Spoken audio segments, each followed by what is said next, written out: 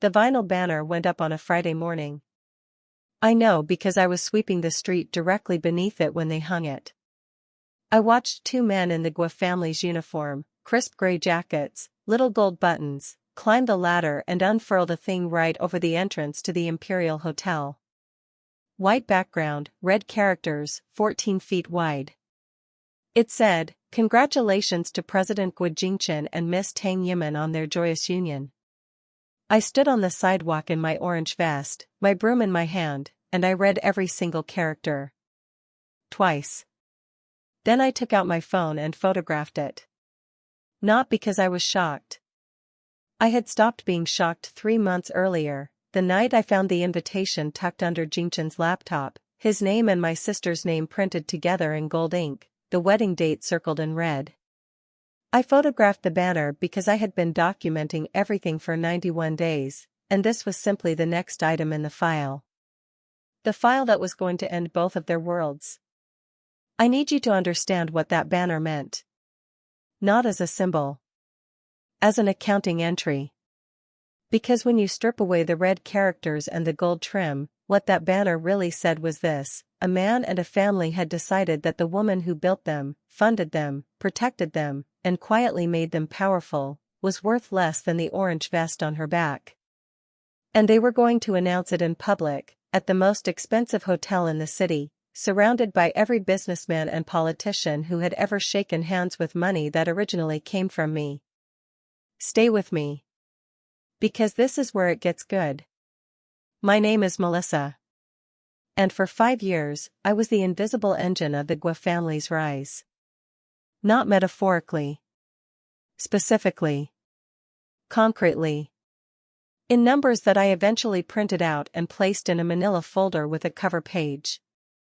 The total, when I finally added it up across all the categories, was $2,340,000. $2,340,000. Let me break that down for you, because it matters. The first 30 million yuan, approximately $4.1 million, came from Mr. Wu, the richest man in Tang province. He invested it in the Gua Group's first major expansion. He did this because I asked him to. I had known Wu Jiang for years through business channels that had nothing to do with the Gua family, and I made that introduction at a critical moment when Jingchen's father was still selling construction materials off the back of a truck. Wu Jiang confirmed this himself, publicly, during a phone call I arranged at Jingchen's own wedding. We will get there. Second, the Gua Group stock listing strategy, the entire planning architecture, the competitive displacement model, the timing of the IPO, was designed by me and quietly fed to their financial team through intermediaries over 18 months.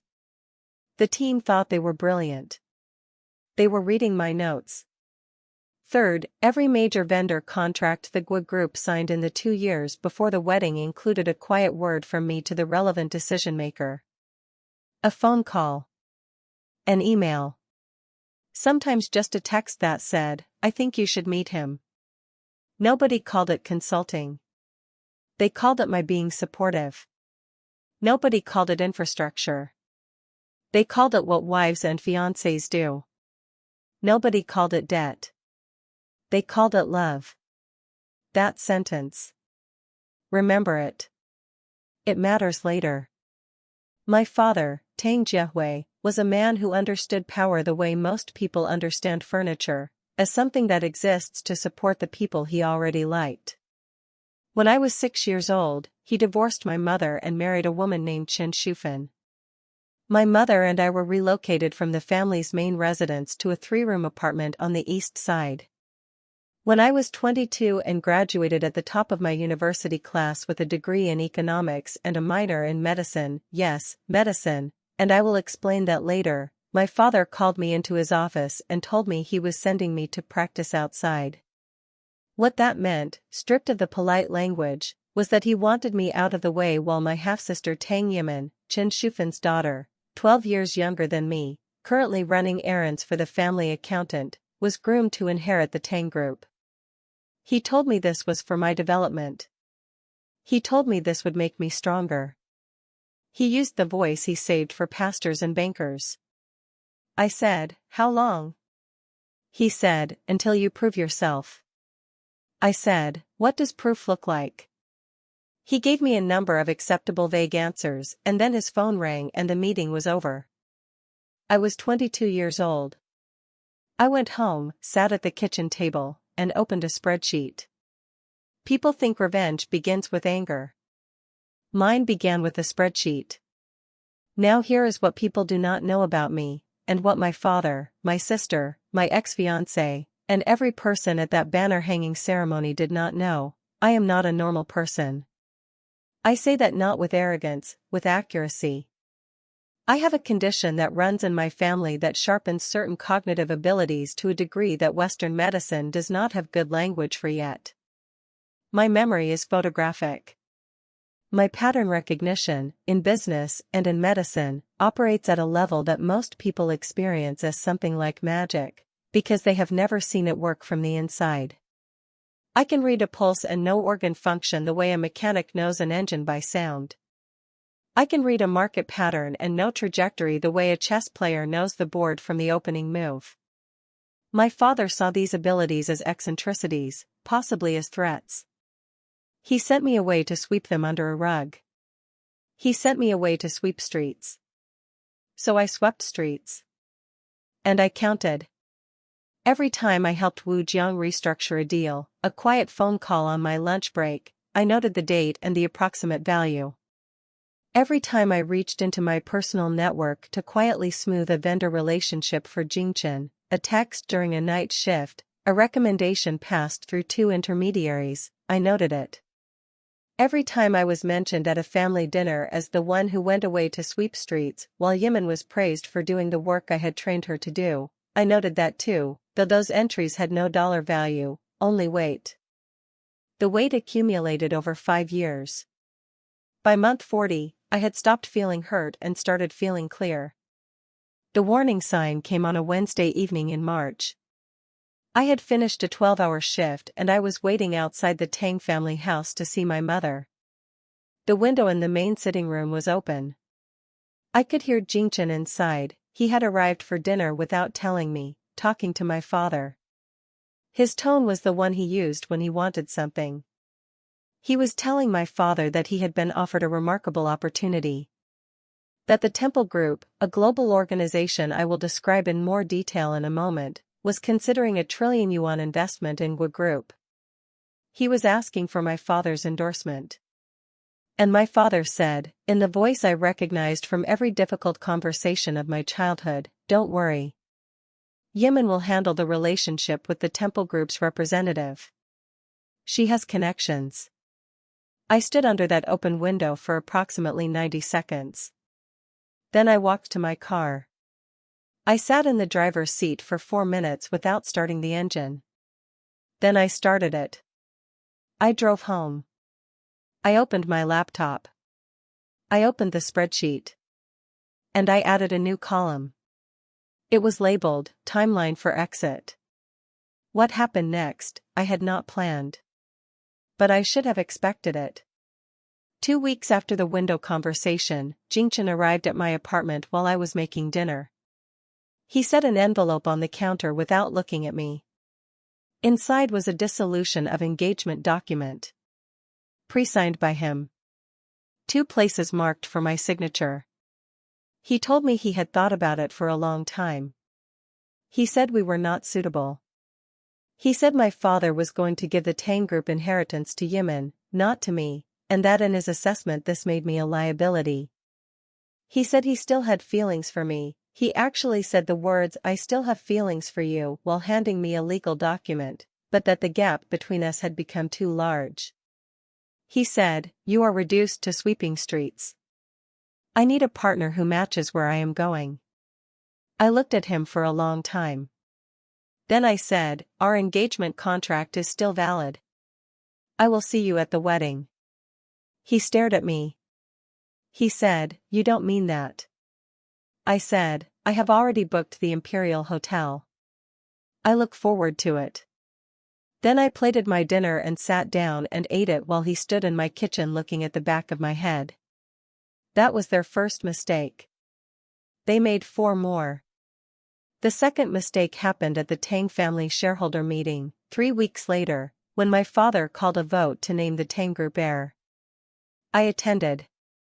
I sat in the back row in my work uniform. When Yimin gave her speech about her qualifications and her plans to partner with the Temple Group's Silver Dragon representative to bring trillions into the family business, several of the uncles and shareholders nodded in the practiced way of men who have already been told how to vote. When it was my turn, no one had given me a turn. I simply stood up. I said one sentence.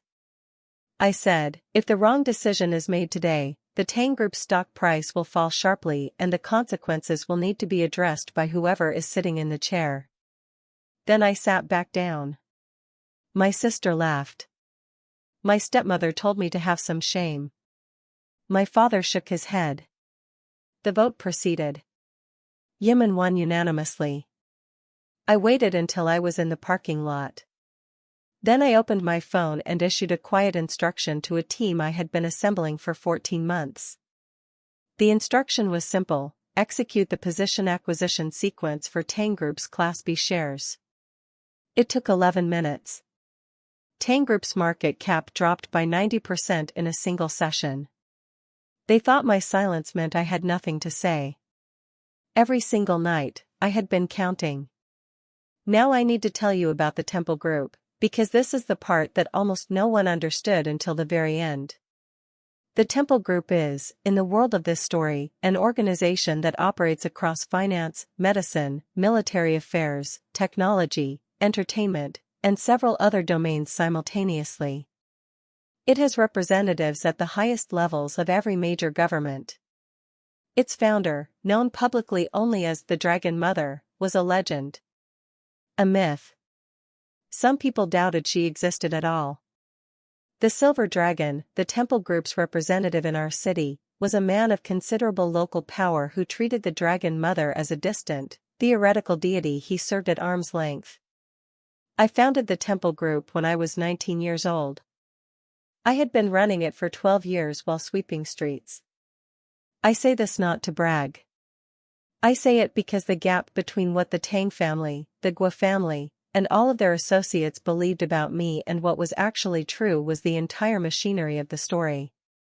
They had decided I was nothing. They had built their confidence on that decision. They had announced their wedding at the hotel I owned the catering contract for, with music I had curated, at a date I had been told about through channels they did not know I had. They had invited, as a joke, the woman who built the building they were standing in. The machine they were about to watch fail had been set in motion by me, from the outside, with the quiet patience of someone who has already seen the ending. The morning of the wedding I arrived at the Imperial Hotel in my orange cleaning vest. I swept the entrance. I greeted my coworkers, real people, good people, people I had worked beside for 4 years who deserved better than the world they had been given. I photographed the banner one more time. Then I went inside and waited. Stay with me. Because the sequence of what happened next is the part that people in that room will describe for the rest of their lives. Jingchen opened his wedding ceremony by giving a speech. He explained, to a room full of Jinghai's most powerful businesspeople, why he had decided not to marry me. He was thorough. He was pleased with himself. He described my incompetence in some detail. He used the word mediocre 3 times.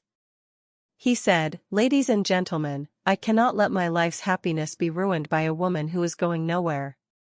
There was applause. My sister touched her hair and smiled at his mother. My father sat in the front row looking like he had won something. I was sitting in the back, next to Aunt Zhou, who had come with her husband from the cleaning company and brought a gift of 300 yuan in a red envelope. She had dressed carefully. She was nervous about being in the Imperial Hotel. I told her she belonged there more than anyone in that room. Then things started happening. Wu Jiang arrived. The richest man in Tang province. He had sent his personal car ahead with a gift list that the announcer read aloud over the microphone: a Rolls-Royce, a villa, cash, 100 million yuan. The room went quiet in that specific way that rooms go quiet when the math stops adding up. Jingchen's mother looked at the gift list and then looked at me and then looked back at the gift list. Jingchen looked at Wu Jiang and said, "Old Wu, you're here for the wedding?" Wu Jiang said, "I'm here for Miss Tang." Pause. The original Miss Tang. Then Heelan arrived. The eldest young master of the Heelan family, the first family of the entire capital region, the people whose name made regional governors straighten their jackets and speak more carefully. He arrived with a convoy.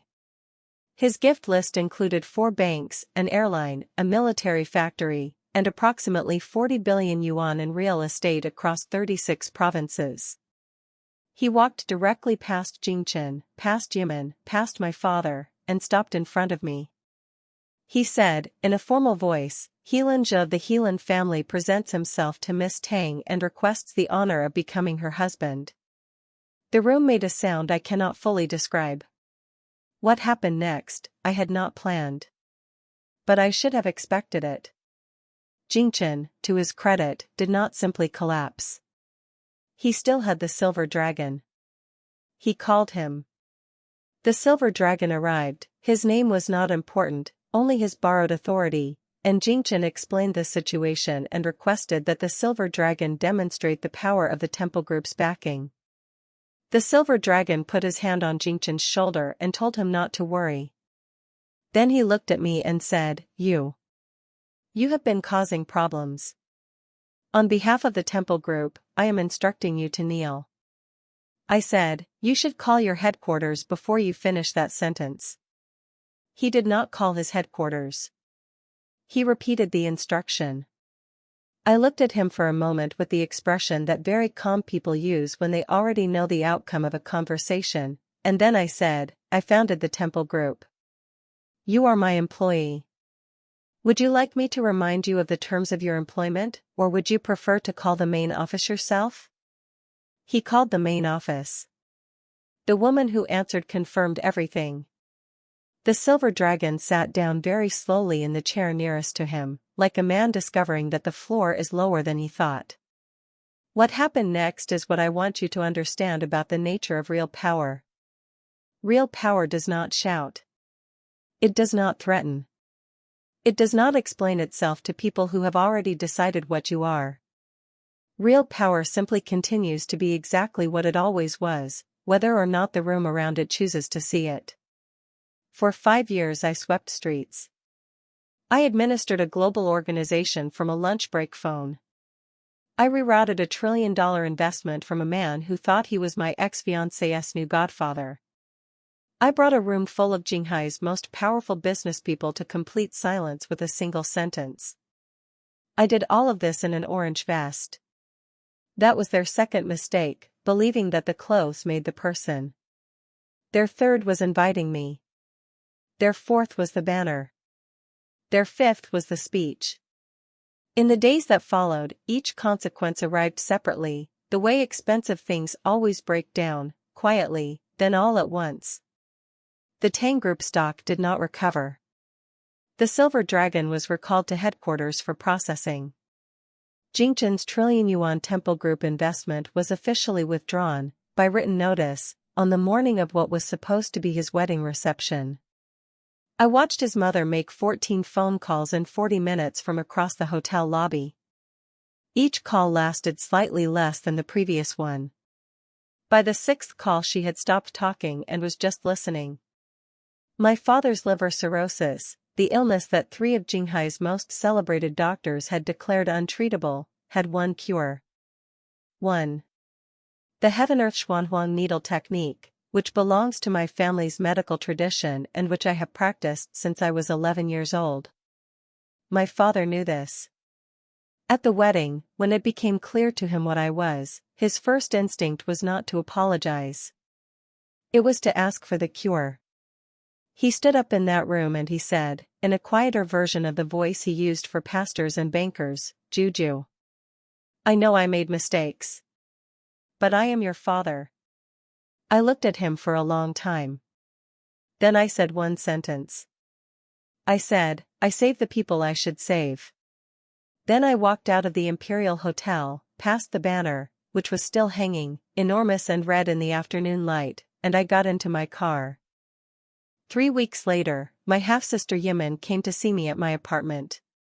She did not call ahead. She sat on my couch and she looked at her hands for a while, and then she said, "I knew what Dad was doing to you. I knew when he sent you away that it wasn't about training. I just didn't say anything. I was afraid of losing what I had." She looked up. She said, "I'm sorry. I don't know if that's worth anything to you." I sat with that for a moment. It was the first honest sentence anyone in my family had said to me in 5 years. Not a full accounting. Not a repair. Just a crack in the wall that showed there was something human on the other side. I said, "It's worth something. Not everything. But something." She nodded. She left. She did not ask me to save the Tang Group. I respected her for that. The Temple Group's operations in Jinghai were restructured. Several of the city's wealthy families who had been particularly enthusiastic about mocking my cleaning colleagues were given an opportunity to reconsider their financial situations. The Gui Group returned to the size it had been before I helped it grow, a small, unremarkable family company, adequate for what it actually was without my infrastructure. Jingchen's mother sold their primary residence in October. The announcement was buried in the property listings between a restaurant space and a parking structure. My father sent me a package in November. He did not include a letter. Inside was a photograph, my mother and him, young, before everything, standing in front of the first Tang family house. He was smiling at her in the photo the way people only smile when they do not yet know what they will become. I held it for a long time. Then I put it in a frame. It sits on my desk now, next to my laptop. Some days I look at it and feel the grief, clean and simple, for the father he could have been. Some days I feel nothing. Both seem accurate. Both seem correct. Here's what I know now that I did not know at 22. There is a kind of family that functions by selecting one person to absorb all of the group's unspoken costs. They do not name this person. They do not vote. They simply arrange the environment so that one person gives endlessly, quietly, invisibly, and they call this giving by other names. They call it loyalty. They call it development. They call it love. And the system holds for as long as the selected person is willing to remain invisible. The moment she is seen, truly seen, the entire architecture collapses, because it was never built on foundation. It was built on her silence. I am not silent anymore. I run the Temple Group from an office with a window that faces east. In the mornings, when the light comes in at an angle, I think about the cleaners I worked beside, Aunt Zhou and her careful red envelope, urge to apologize to Jingchen's mother because he thought it was the kind thing to do, my co-workers who showed up at my wedding without being asked to dress up and dressed up anyway because they knew it mattered. I think about what it costs to be dismissed, and what it means to be seen. I still remember every pulse I read, every contract I quietly steered, every early morning I swept a sidewalk while managing a global operation from the phone in my pocket. My father's greatest mistake was not the banner, and it was not the vote, and it was not the choice to favor his second wife's daughter over his first. His greatest mistake was simpler and more ancient than all of those things. He looked at his daughter and he saw a broom. He forgot that the hand holding the broom chose to hold it. And the hand that chooses to hold a broom can just as easily let it go. I let it go on a Friday morning in May, standing under a 14-foot banner with my phone in my hand, taking a photograph for a file that was almost full. The rest was just math. The rest was already finished. The only question that ever really mattered was the one nobody in that family thought to ask. What happens when the person you built everything on top of decides to simply step aside and let you feel the weight? Now they know. The dragon they swept under the rug.